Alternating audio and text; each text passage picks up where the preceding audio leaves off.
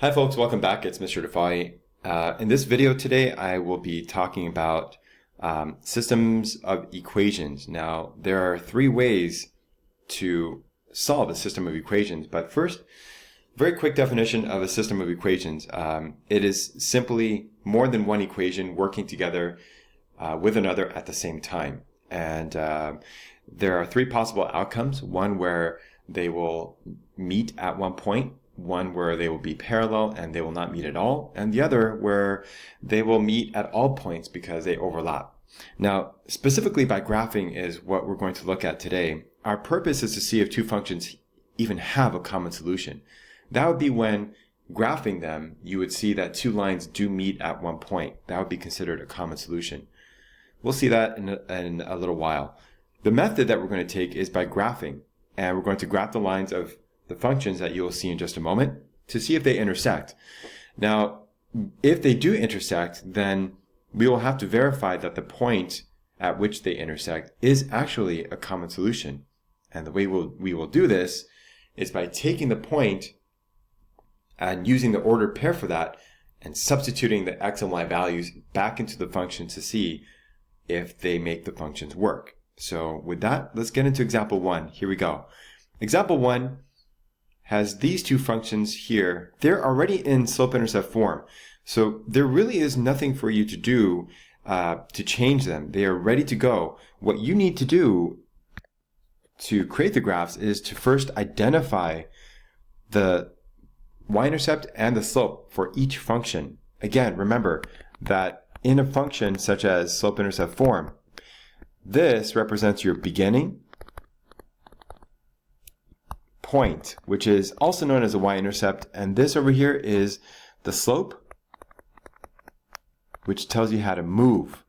And it tells you how to move because of the changes in the y and the x. Okay, so having done all this, again, that's review of prior videos. Let's go ahead and see if we can identify the parts and go ahead and make the graph. So for the first function, what I know is I'm going to select a darker color here. What I know from this function is the following. I know that my y-intercept, which is my b number, is a 4. And I also know that my slope, which is m, is a 2. Now it does say 2, but it's a good idea to make it into a fraction. So I'll put that as 2 over 1. And the reason is because changes in y and x together happen simultaneously. It's a two-step movement, and it helps us to get from one point to another. So here we go. Let's graph the first function. We start at 4, put a point, and I stay there and wait for my directions from the slope. Now the 2 is our change in y, and that's telling us go up because it's positive, whereas the 1 is our change in x, and that means go to the right after having moved up twice. So here's the issue though. When you go up from 4, you end up leaving the graph. See that? I leave. And I don't want to guess where things are. I want to know where things are. So if you are ever in a situation where you're going to leave the graph, leave the coordinate plane and the space that you're given, what you want to do is simply turn this around to your advantage. So remember that double negatives make a positive, right? So another way of writing this is -2 over -1. And all that does is it forces me to stay inside the frame of my coordinate plane here. So this tells me to go down and then to the left, which is the exact opposite of going up and to the right.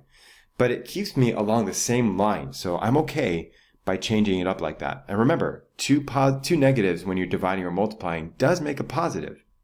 So these two fractions actually mean the same thing. So applying this to the graph, we have down twice, 1, 2, 1 to the left. Here's my point. And that's all I need to create my graph. Now, my graph will be a line. And I'll do the best I can to make this line possible. So here I go. Let's see if this works out. I'll start from here. You can see it does indeed go through those 2 points. Okay?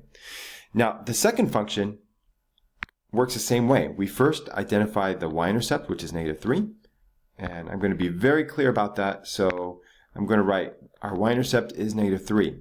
Our slope is clearly a fraction, and it's 1/3, but this negative that you see on the right, on the left side of that 1/3, that negative, you can decide where you want it to go.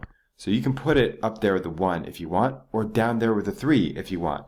But you can't put it in at both locations at the same time, because this negative makes the whole fraction a negative. And remember, a negative divided by a negative is a positive. So if you double it, if you put one negative here and one there, you end up changing the nature of that slope. You don't want to do that. So instead, decide where you want it to be. If I put it on the 1, what this would tell me is, it would tell me to go down, and then the 3 means go to the right. To the right. Whereas, if I were to put the negative on the 3, like this, put the negative on that 3, what this would tell me is go up, but then go to the left. Again, either way, it doesn't matter because you end up on the same line, which is exactly what you want. So just pick one and go with it. So I'll start with going to -3, which is my y-intercept. Here it is. And from there, I'm going to go down 1 and then right 3. Okay, so down 1, and then 1, 2, 3 to the right.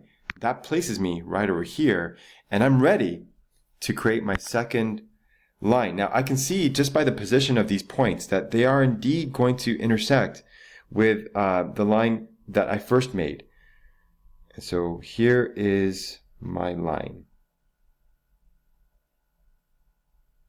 I'll try to be as careful as I can, though this is not a perfect program. I will show you one that is far better in just a moment. But anyway, you can see these 2 points do indeed meet each other, and that happens at this location here. And where is that? Well, that would be at -3 and -2. So -3, -2. And because they meet there, this is called a point of intersection. Point of intersection.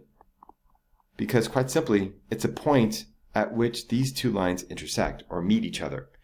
So what do you do with these numbers, -3 and -2? Well, you have to verify that it really is a common solution. And all I mean by that is that -3 and -2 are 2 numbers that have to work on these 2 functions to create equality. And so we have to test them by plugging the -3 and -2 back into each function. And this doesn't take long at all. So we're going to do an answer check with our -3, our -3, and our -2. Okay, this is our common solution, or our point of intersection.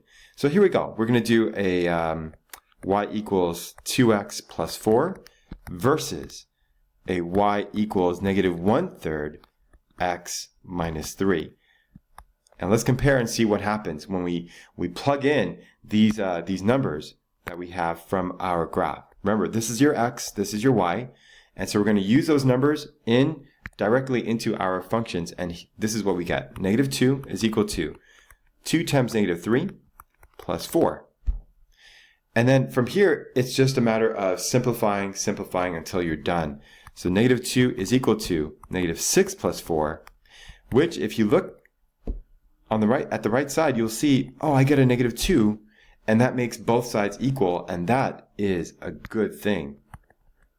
It's supposed to be a smiley face, so I'm going to do that again. There we go. That's a good thing, because that means that -3, -2 works on this function. It's a part, that point, that green point that you see right here, this is a part of this blue line that you see right there, the very first one that I drew. It's a part of that. And now we test it on the second function and see if we have similar results. So -2 equals -1/3 multiplied by, and I'm going to take this -3, which is our x value, and I'm going to make it a fraction by putting a 1 under that. And then -3. The advantage of doing that is it makes it fair to multiply. So when you multiply side to side, what you get is -1 times -3. So let's just go ahead and trace that out. So it's -1 times -3 and 3 times +1. So the result of that is I get 3 over 3 and then -3. So it's -2 equals 1 minus 3, and I see where this is going. It gives me, ta-da, a -2. And that is good news for me, because what that tells me is that this point, -3, -2, is a point that lies both on the first line I made and on the second line I made. And that makes this point indeed a point of intersection and a common solution for both of these functions you see here. And that's where it gets its name, common solution. Let's take a look at our second example. In our second example, we have two functions once again. However, what makes this different is that none of these functions are in slope-intercept form. So what I will first have to do is change them so that they are in slope-intercept form, which once again is y equals mx plus b. And I will do this in my next video following this one. I'm just about out of time for this one. Please do check it out. But if anything, the first video should suffice to help you at least graph lines and see if 2 points meet, and then to verify that point of intersection as being a common solution. Thanks for watching, and I'll see you next time. Bye-bye.